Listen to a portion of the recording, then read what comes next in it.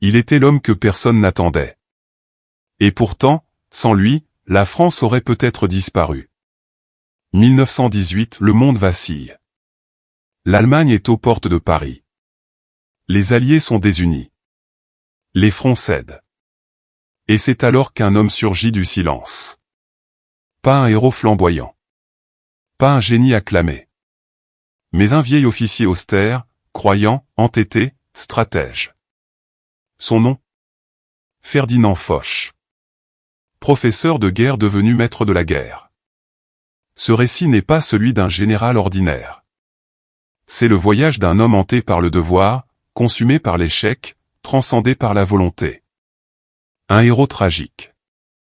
Un tacticien mystique. Un patriote sans gloire facile. Dans cette vidéo, tu découvriras comment un penseur rejeté devient chef suprême. Comment la foi rencontre la stratégie. Comment un rêve de revanche devient une leçon d'unité. Reste jusqu'à la fin pour comprendre pourquoi Foch est plus qu'un maréchal. Il est le gardien silencieux d'une paix fragile. Et le témoin d'un siècle de feu. On ne se rend pas. On résiste. Jusqu'au dernier souffle. Maréchal Foch. Prêt pour le voyage ? Alors, marche dans les pas de celui qui a commandé la dernière grande victoire française du XXe siècle. 1851 Tarbes, Hautes-Pyrénées.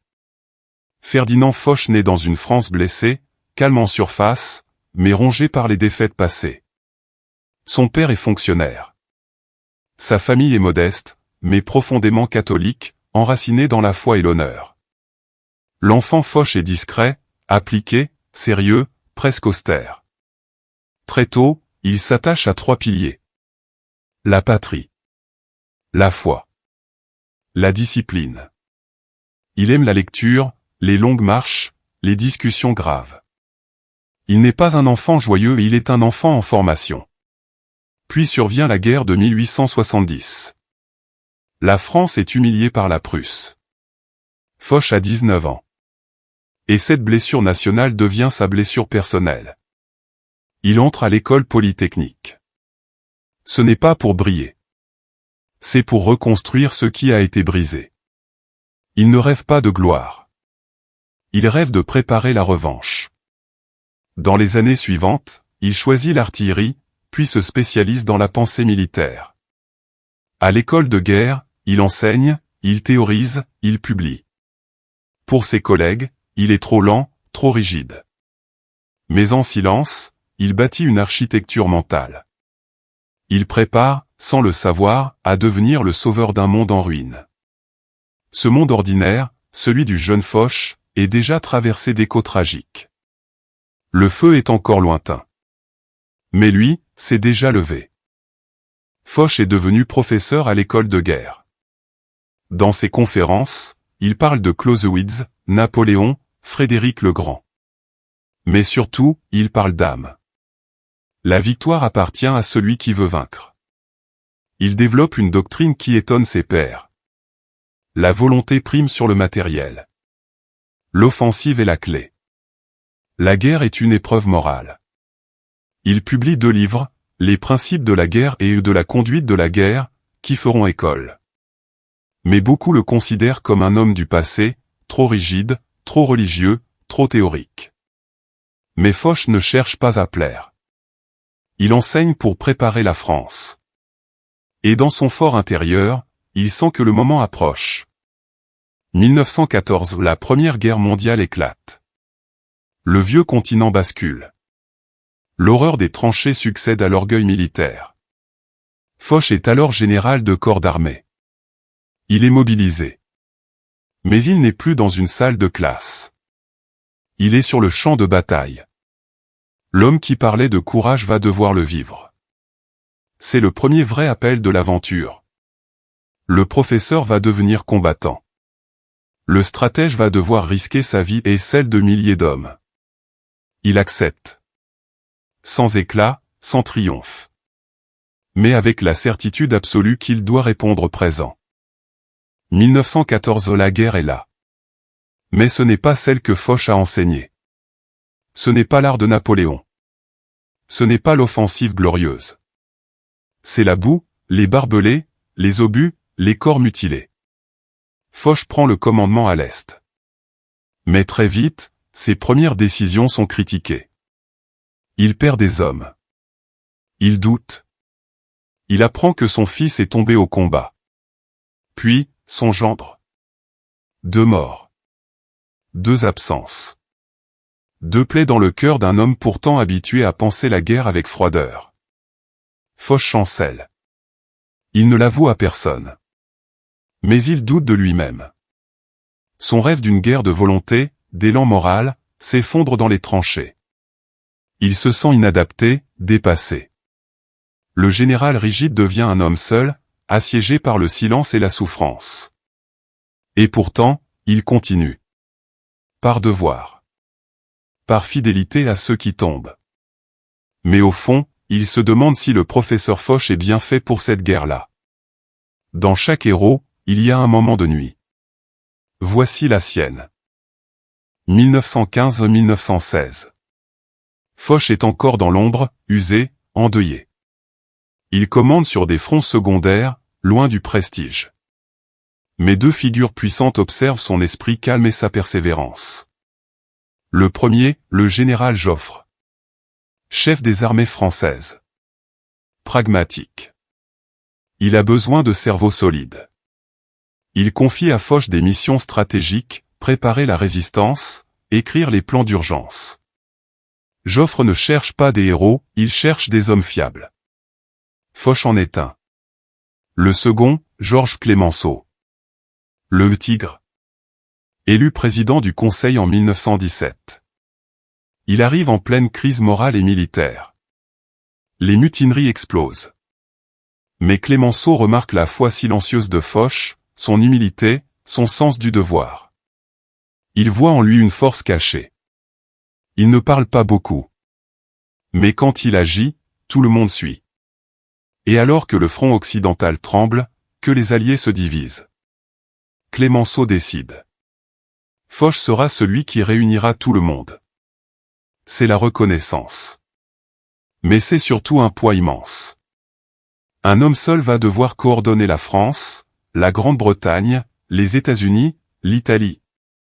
Et sauver l'Europe de l'abîme. La rencontre du mentor n'est pas une lumière douce. C'est un décret du destin. Et Foch ne peut que l'accepter. 26 mars 1918 au Doullens. La situation est catastrophique.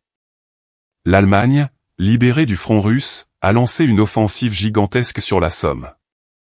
Les Alliés sont désorganisés. Les Anglais reculent. Les Français craquent. Le front va céder. Dans une salle sobre du nord de la France, sous une pluie battante, les chefs alliés se réunissent. Les regards sont graves. Les voix sont tendues.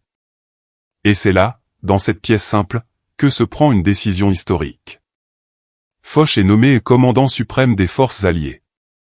C'est inédit. Jamais un Français n'a eu autant de pouvoir militaire en Europe. Mais ce n'est pas une consécration. C'est un poids. Je n'ai pas cherché cette mission. Je l'accepte pour la victoire. À partir de ce jour, toutes les armées anglaises, françaises, américaines, italiennes reçoivent leurs ordres de lui. C'est un changement d'échelle. Il ne dirige plus un front. Il dirige la guerre. Et chaque décision prise désormais engage des millions d'hommes. Des nations entières. L'avenir du monde libre. C'est à ce moment précis que Foch entre dans la légende. Le professeur silencieux devient l'architecte de la victoire. Avril à juillet 1918. Le sort de l'Europe repose sur les épaules de Foch. Il affronte 3 ennemis en même temps. 1. Les offensives allemandes, menées par Ludendorff. 2. Les divisions entre alliés, chacun veut défendre son camp, ses soldats. 3. Le temps, les troupes américaines arrivent, mais trop lentement. Ses alliés? Pétain, patriote mais inquiet. Haig, le commandant britannique, méfiant. Pershing, le général américain, courageux mais exigeant. Foch doit négocier, rassurer, imposé. Il ne parle jamais pour rien. Mais quand il parle, tous l'écoutent. Je suis ici pour coordonner, pas pour convaincre. La guerre ne tolère pas la dispersion. Il coordonne toutes les lignes, supervise chaque contre-attaque, envoie des renforts là où les autres abandonnent. En juin 1918, à la bataille de l'Ourcq-et-du-Mas, il stoppe net l'avancée allemande. Puis il lance la grande contre-offensive du 18 juillet sur la Marne, avec les Américains. C'est le tournant. Foch ne combat pas avec une épée. Il combat avec la carte, la parole et la volonté. Et chaque jour, il fait face à la tentation de céder. Mais il résiste. Été 1918. Les offensives allemandes ont été stoppées. Foch a repris la main. Mais la guerre est loin d'être gagnée. Il lance une série d'attaques coordonnées. 18 juillet, contre-offensive de la seconde bataille de la Marne. Août, percée d'Amiens. Septembre, bataille de Saint-Mihiel. Chaque succès renforce le moral. Mais aussi l'inquiétude, les Allemands battent en retraite, mais refusent la reddition. Les pertes sont immenses. Les lignes alliées sont épuisées. Et déjà, certains gouvernements veulent négocier un armistice. Mais Foch refuse. Tant que l'ennemi tient, nous frapperons. Pas de paix sans victoire. Pas de victoire sans sacrifice. Foch est désormais seul dans une autre guerre. Celle contre la lassitude des politiques. Celle contre le compromis. Celle pour une paix véritable. Il marche vers l'abîme. Un faux accord signerait le retour de la guerre. Une trêve mal pensée sacrifierait les morts. Un armistice prématuré effacerait la victoire. Ce n'est plus une guerre militaire. C'est une guerre morale, historique, décisive. Et Foch le sait. 11 novembre 1918 5h15 du matin, forêt de Compiègne. Dans un wagon stationné à Rotonde, les représentants allemands signent l'armistice. Autour d'eux, silence de plomb. Face à eux, le maréchal Foch. Il ne serre aucune main. Il ne félicite personne. Il dit simplement: Messieurs, la guerre est terminée. Mais pour Foch, ce n'est pas une victoire triomphante. C'est la fin d'un cauchemar. Et le début d'un doute terrible. Ce n'est pas une paix. C'est un armistice de 20 ans. Il sent que le traité de Versailles, trop dur, trop humiliant, prépare déjà une autre guerre. Il l'a vu dans les yeux des Allemands. Dans le silence inquiet des Alliés. L'épreuve suprême de Foch n'est pas seulement militaire. C'est moral, visionnaire, prophétique. Il a gagné la guerre. Mais il redoute la paix. Il quitte le wagon, s'enfonce dans la forêt. La pluie commence à tomber. Le héros n'exulte pas. Il comprend ce que personne ne veut encore voir. Après l'armistice, Foch devient l'homme le plus respecté d'Europe. Il est élevé à la dignité de maréchal de France, puis maréchal de Grande-Bretagne, de Pologne, de Belgique. Une pluie d'honneurs, de décorations, de statues. Il devient le symbole vivant de la victoire. Des foules l'acclament. Des cortèges l'applaudissent. Des gouvernements le consultent. Mais Foch ne cherche pas la lumière. Il n'écrit pas de mémoires flamboyants. Il ne fonde aucun parti. Je n'ai fait que mon devoir. Il veille à ce que les anciens combattants ne soient pas oubliés. Il défend la mémoire des morts. Et dans l'ombre, il commence à alerter sur les erreurs du traité de Versailles. Il faut réparer la paix. Sinon, l'histoire nous demandera des comptes. Sa récompense n'est pas un trône. C'est la fidélité de la France. Et la tranquillité de sa conscience. Après la guerre, Foch refuse tout pouvoir politique. Il aurait pu devenir ministre, ambassadeur, président. Mais il préfère le retrait digne. Il continue à écrire, à donner des discours dans toute l'Europe. Partout, il est accueilli avec respect. Mais son regard reste grave, presque inquiet. J'ai vu ce que les hommes sont capables de faire, et de recommencer. Il alerte contre les dérives du traité de Versailles. Il critique les réparations excessives imposées à l'Allemagne. Il craint une revanche future. Mais personne n'écoute vraiment. Le monde veut oublier, reconstruire, danser. Et lui, vieux soldat, reste à l'écart, témoin lucide d'un monde aveuglé. Il revient souvent à Tarbes, sur les terres de son enfance. Là où il avait vu la guerre venir, là où il comprend que tout pourrait recommencer. Foch ne cherche pas la paix pour lui. Il cherche la paix durable pour l'Europe. Mais il sent que son temps touche à sa fin. Nous sommes en 1928. Ferdinand Foch, affaibli, alité, sait que la fin approche. Mais autour de lui, la France continue de le célébrer. Des écoles, des rues, des statues portent son nom. Il est devenu un mythe vivant. Et pourtant, dans l'intimité, il reste simple. Toujours ce regard clair, direct. Toujours cette voix grave, mesurée. Toujours ce silence, qui en dit long. Je pars sans regret. J'ai tenu ma ligne. Il reçoit ses derniers visiteurs. De jeunes officiers viennent lui parler. Des anciens combattants lui écrivent. Et Foch, dans son lit, parle peu. Mais il transmet. Médaille d'or militaire, il parle de loyauté. De devoir. De la nécessité d'une paix lucide. Pas celle des traités, mais celle du cœur. Une victoire mal comprise est une guerre reportée. C'est cela, sa résurrection. Il ne quitte pas ce monde comme un soldat. Il le quitte comme un veilleur. Le 20 mars 1929, Ferdinand Foch s'éteint à Paris. Mais il laisse derrière lui une leçon éternelle. Ferdinand Foch n'est plus. Mais son souvenir hante les consciences de l'entre-deux-guerres. Pas comme un conquérant. Mais comme un avertissement. Il ne laisse pas un empire.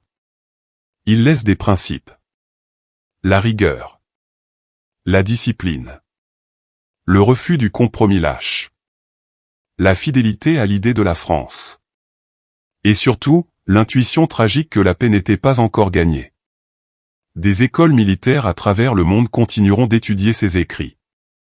Ses stratégies, ses contre-offensives. Mais au fond, son vrai legs, c'est la morale du commandement. Le chef doit être capable d'inspirer, de rassembler et d'aller au bout, même seul. Il est inhumé aux Invalides, non loin de Napoléon. Mais son tombeau porte une inscription sobre. Maréchal Foch 1851 à 1929, chef suprême des armées alliées. Aucune vanité. Seulement la trace d'un homme qui n'a jamais cherché la gloire, mais la victoire juste. Tel est l'élixir que Foch nous laisse.